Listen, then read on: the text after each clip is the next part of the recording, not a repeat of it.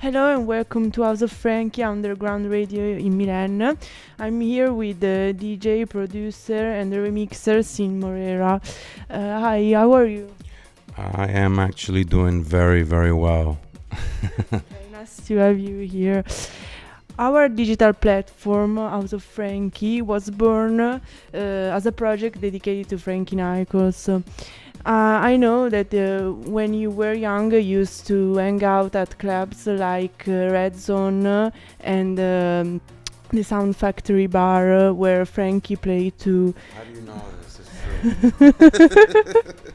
In your It is bio. true, it is true. Wow, she said red zone. Yeah. Yes. And do you have any memory of Frankie you want to share with us? Well, I started out actually going to. There was a couple of clubs before I started. First of all, I was kind of figuring out what was going on in my personal life, you know. So music was always, it was always a vessel for me to escape my problems back at home. So Red Zone was one of the first nightclubs that I stepped foot. But I remember there was one night when Frankie Knuckles, and I didn't know Frankie then. Frankie Knuckles and David Morales were DJing, and I was not dressed properly, so they didn't let me in the club. So I was a little disappointed about that. But other clubs like in New York City, you had like Mars, Red Zone, Sound Factory Bar, and then Frankie. There was a DJ prior to Frankie called, he's also a dear friend of mine, Junior Vasquez. Junior opened up the club with Christina Visca at that time, which was I think 1989. And then Junior left, and then they bought Frankie into the Sound Factory. And I think that's when I kind of started, you know, it must have been like 1989, 1990, around that time. Between Junior and Frankie, so yeah, it was an experience. But again, like I said, I didn't get to meet Frankie until 1991, early 91, is when finally I decided that I wanted to go to Sound Factory Bar, because you know also back then, you know, we would have you would have vinyl. So nowadays we don't have vinyl anymore. So, you know, and it's kind of sad because, you know, there's always like a team of people that are part of a project, you know, and nowadays, I mean, back then you would be able to pick up the vinyl and you would be able to read, you know, who did post-production, who wrote the song, who remixed the record, the engineer, whatever, you know. So when you picked up a piece of vinyl, you read all the names, and that's the way I was educated. Because at a very young age, my grandmother, who raised me, she bought me my first Madonna record. So you know, I would just kind of look through who wrote the song, who produced it, and then I guess it must have just been. It was organic for me, because I just thought to myself, you know what, I love this music, I need to meet these people, and it just kind of it became a domino effect, you know. And after the pop era in my life, I realized, because I grew up in a very bad neighborhood and we couldn't afford stuff, so I kind of like branched out and I started going out to nightclubs. And then, to make a long story short, you know, I don't know, I ended up at Sound Factory Bar because I fell in love with one of my favorite Frankie Knuckles records, which was like Tears, and with I think Robert Owens sings that, if I'm not mistaken. And I just kind of fell in love with that kind of that music. And next thing you know, I'm in the DJ booth, and I don't know, it just kind of happened organically. I didn't even try. You know, I was this young little skinny guy. I was 140 pounds. And I remember Frankie's brother, his name is Jeffrey. He God rest his soul, he passed away as well. He passed away. And Jeffrey was very, very a very, very dear friend of mine. But Frankie, because I grew up in the streets in Queens and Brooklyn and Jersey, Frankie would always give me advice, and he would always say, you know what, like he became like my father, you know, and he would always say to me, you need to calm down with your, you know, because I had a really bad temper, so he would always, so he named me the little knucklehead, so like Frankie Knuckles, knucklehead, because knucklehead in America is like being stubborn, you know, not listening to what people give you advice. And Frankie, you know, so Frankie just definitely was like my dad. Yeah. And I know you had the privilege to be influenced and work with some of the greatest collaborators like Toby Gad, Peter Zizzo, and I know you also have remixed Mariah Carey and Madonna too. So of course I have to ask you, what's your favorite collaboration you have ever made? You know, that's a tough question. I mean, I've worked with so many amazing songwriters in my life. And I don't know. I mean, I can probably name 3 off the top of my head. Toby Gad, and I'll just explain this, you know, to the public. Toby Gad is right now one of the biggest songwriters in the world. I mean, he's worked with he did like 9 songs on the Rebel Heart album from Madonna, and the list goes on and on and on. You know, he's won many awards as a Grammy songwriter. And him and I got to work together in the studio, so that was very pleasant for me, you know. Again, a young little guy who grew up and we call it the hood. And it just kind of, you know, it just all kind of fell into place, you know. I don't know. Sometimes I'm grateful, you know, because I was very lucky and I was at the right place at the right time. So, yeah, Toby Gad is one, and Jimmy Greco, who wrote for Jennifer Lopez, he wrote for Santana. And so the point I'm trying to make is I worked with like the house legends, but then I also got to work with like, you know, the people who worked with like Santana and work with Jennifer Lopez and Madonna, you know, the other guy is Shep Pettibone. He wrote Vogue, he did erotica, and you know, and I just have a really very cool relationship with these guys even today, 20 years later, because when I came out, I was 14, going to Red Zone, going to the building, you know, all those clubs in New York City, the Sound Factory Bar, listening to Little Louis Vega, Tony Humphries in New Jersey at Zanzibar. You know, I mean, I grew up, you know, with house music, you know, so yeah. I know tomorrow you will perform here in Milan, one of the cities that is becoming really preeminent in the underground scene. What do you know about the Europe underground scene and the Italians one? Well, I've been actually traveling to Europe for a while, but when I was coming to Europe years ago, I was not a DJ. Because the way I broke into the music industry was I'm a songwriter. So somehow, somewhere along the line, I was discovered by a gentleman named Patrick Kinsey and John Tita, and he was the president of Warner Brothers, or Warner Chappell Music, which is the publishing side of Warner. And that just kind of led, it was a snowball, you know, it was a domino effect, you know. And from there, I just started meeting people and just, you know, you just kind of take different avenues after, you know, after a while. So, did I answer your question? Yes. And I also know you are very close to the LGBT community, their music and clubs. Could you tell us your opinion about the evolving role of this community in the underground scene? Sure. Pretty simple, because I was part of that I mean, they're gonna love me for saying this, but the House of Extravaganza, and so the way I was kind of bought in was also Frankie, and then I started going to Sound Factory, and then Junior Vasquez, and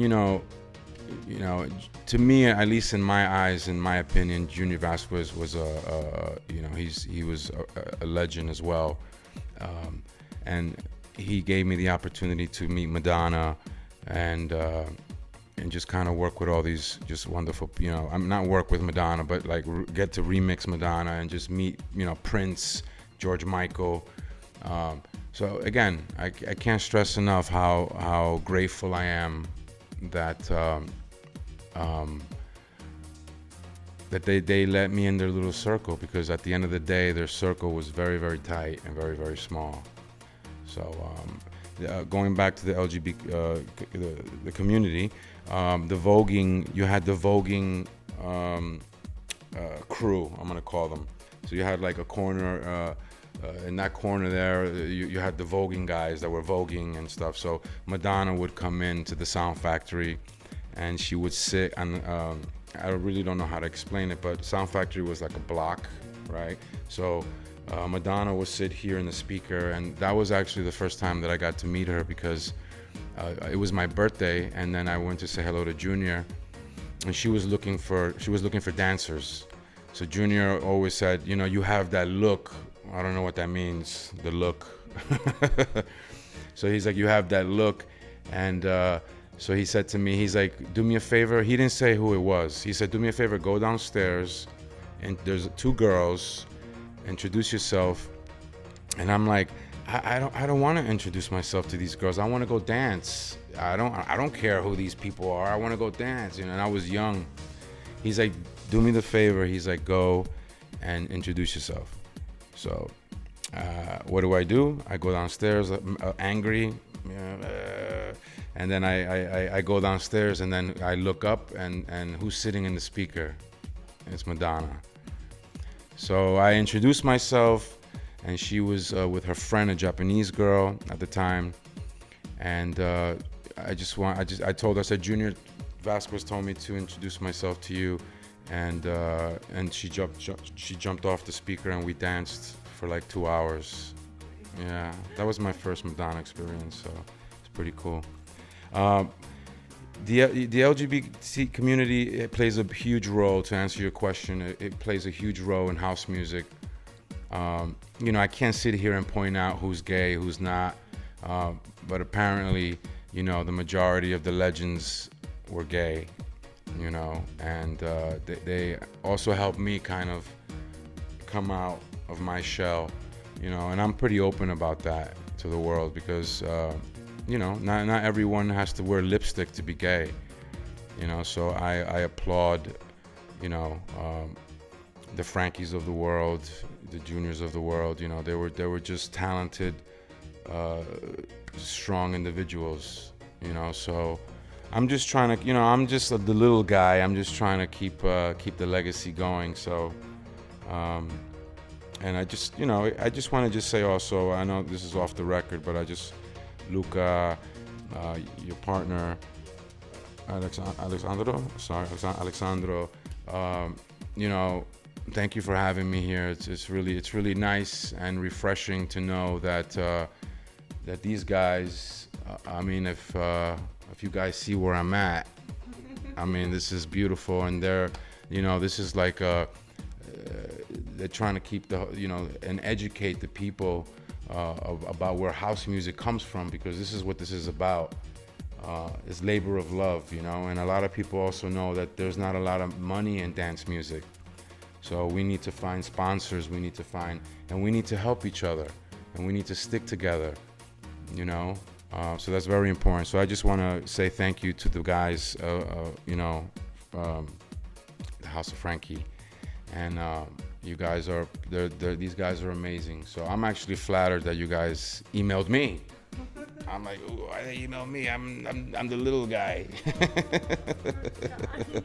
I'm the little guy.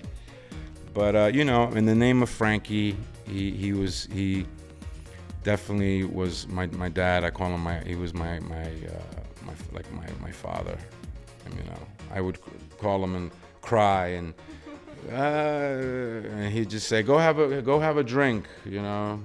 So we had a really beautiful relationship, Frankie and I. So, you attended AD last week.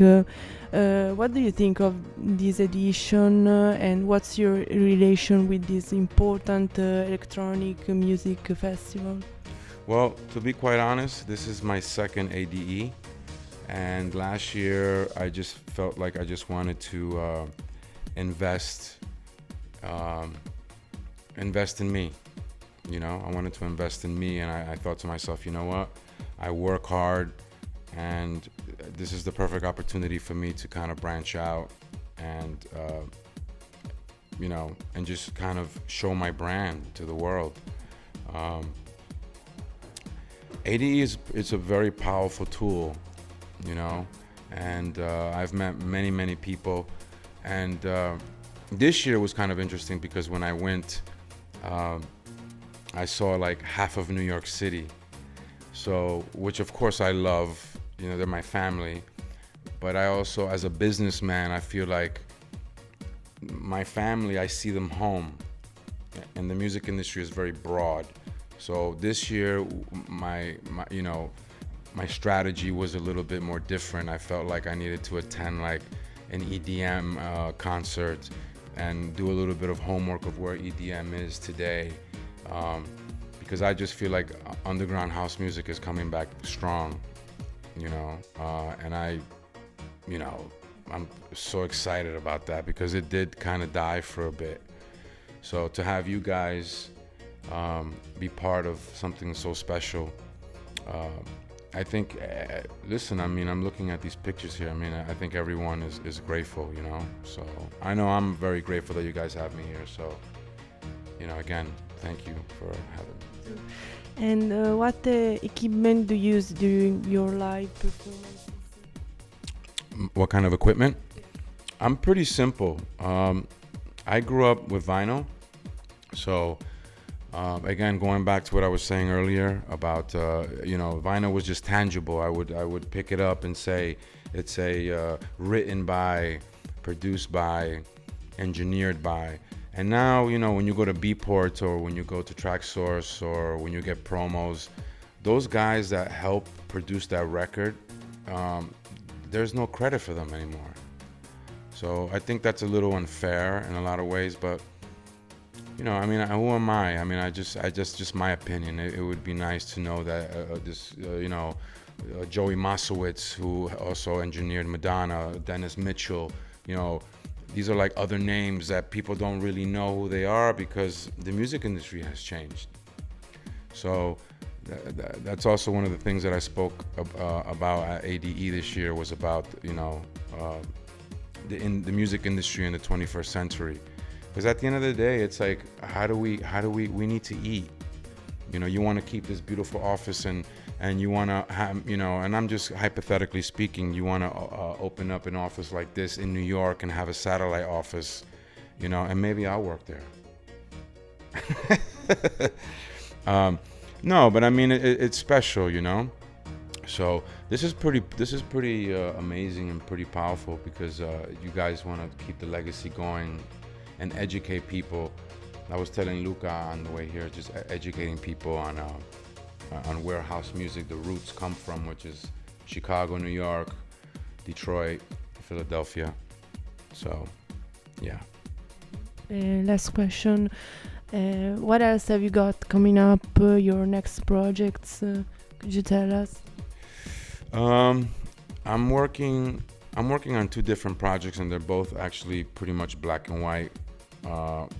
My heart is with pop R&B music. That's how I started. That's how I got signed to with Mariah Carey when she had her label called Crave, and she was married to Tommy Mottola. And then when they heard my vocal and my songwriting skills, you know, they always compared me to George Michael. I mean, people like when I explain that, you know, they say to me like, but you have such a heavy voice. How do you sound like George Michael? But, you know, I don't know.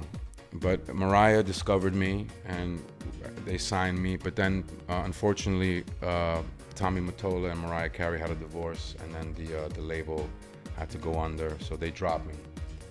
You know, so what am I working on?